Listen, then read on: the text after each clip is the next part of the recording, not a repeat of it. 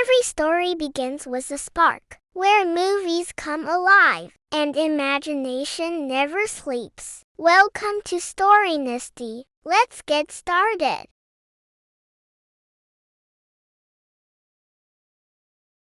Hello, little dreamers, and welcome to our story time. Are you snuggled in tight? Good, because tonight, we're going on a magical adventure. This is the story of the brave bunny who saved the moon. In a quiet, peaceful meadow, under a vast sky filled with twinkling, diamond-like stars, lived a small, fluffy white bunny named Bibo. Now, Bibo wasn't the fastest bunny in the meadow. He couldn't outrun the wind like his brother, Leo, and he wasn't the strongest bunny either. He couldn't dig the deepest burrows like his sister, Daisy. But Bibo had something truly special, something that made him unique. He had a very, very kind heart. Every single night, without fail, Bibo had a special routine. He would hop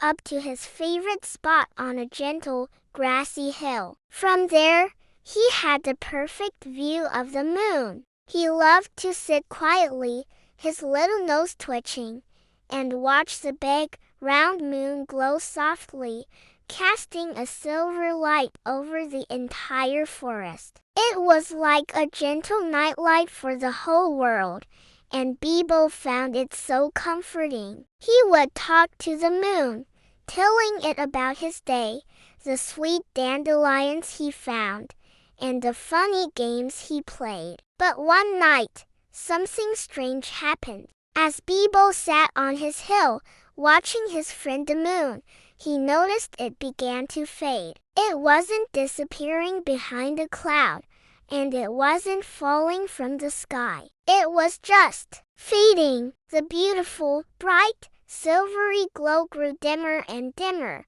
like a candle flame slowly going out. The forest, usually alive with soft nighttime sounds, grew eerily dark and silent. The wise old owls stopped their hooting. Even the stars, usually so cheerful, seemed to be whispering nervously to each other. Bibo's tiny heart started to thump inside his chest like a little drum. Thump, thump, thump. He knew, deep down, that something was very wrong. While all the other animals, big and small, scurried into their burrows and hid, frightened by the growing darkness, Bibo did something different. He gathered all his courage, took a deep breath, and decided he had to do something. He hopped down from his hill and headed towards the oldest, most knowledgeable being in the entire forest, the old wise tree. The old wise tree stood at the center of the woods, its branches reaching up like ancient, gnarled arms. Bibo approached timidly and said in a soft, trembling voice, "Old wise tree, the moon is losing its light. It's getting so dark." The tree's leaves rustled, and it let out a long, heavy sigh that sounded like the wind. "The moon crystal has been stolen," the tree explained. "It is the heart of the moon's light. Without it, the moon will go dark forever, and our world will be plunged into endless night." A shiver ran down Bibo's spine. The thought of a world without the moon's gentle light was terrifying. But his love for the moon was stronger than his fear. He swallowed hard, puffed out his little chest, and asked, "Where is it? Where is the moon crystal?" The old wise tree slowly, deliberately, pointed one of its long, woody branches toward a dark, forbidding place on the horizon. "It was taken to the Shadow Hills," the tree whispered. The Shadow Hills. No bunny had ever dared to go there. It was a place of legends and scary stories, a place where shadows danced and strange noises echoed in the cold air. But Bibo thought of his friend, the moon, growing weaker and weaker. He took another deep breath. His little nose twitching with determination,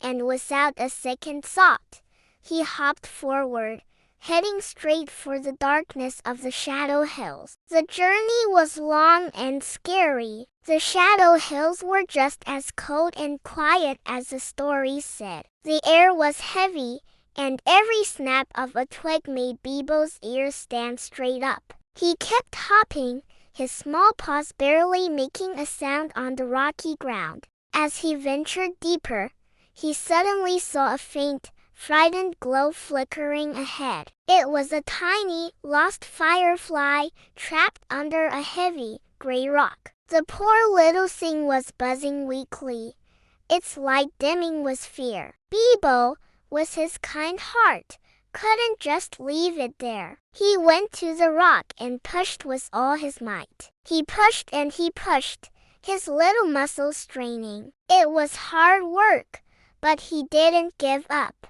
Finally, with one last great effort, the rock rolled away, and the firefly was free. "Oh, thank you, thank you," the firefly whispered, its light instantly growing brighter with gratitude. "You saved me. Please, take this light to help you on your journey."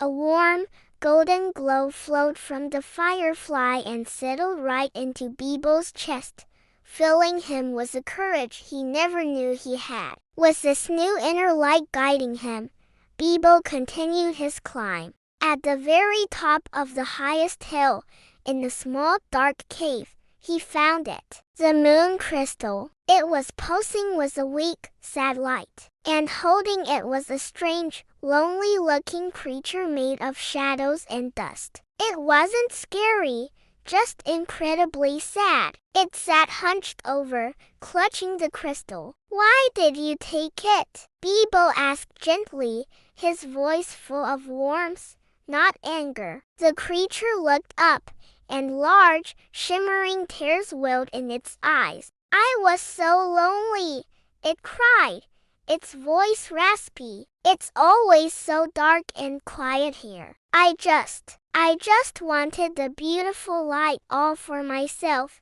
Bibo's kind heart ached for the creature. He understood what it felt like to be lonely. He hopped closer and offered a gentle smile. "I understand," he said softly, "but light is much brighter when we share it with others. When we share it, it grows and fills everyone with happiness, not just one person." The creature's eyes filled with more tears, but this time, they weren't tears of sadness. They were tears of understanding. It looked from the dimming crystal to Bibo's kind face and nodded slowly. Together, the bunny and the shadow creature carefully carried the moon crystal out of the cave. With a gentle push, they returned it to its rightful place high in the night sky. Instantly, the moon burst back to life, shining more brilliantly and beautifully than ever before. A magnificent silver light washed over the meadow and the forest,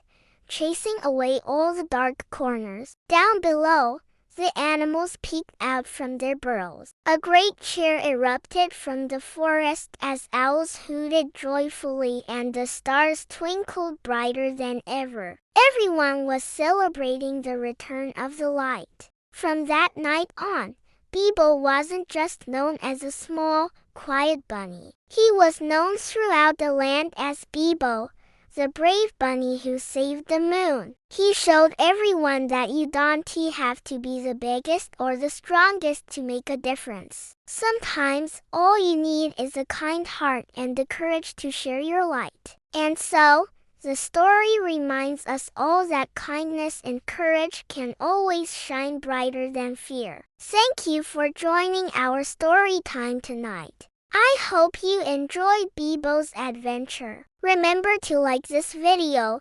subscribe for more stories, and share it with someone you love. Sleep tight, and may your dreams be as bright as the moon.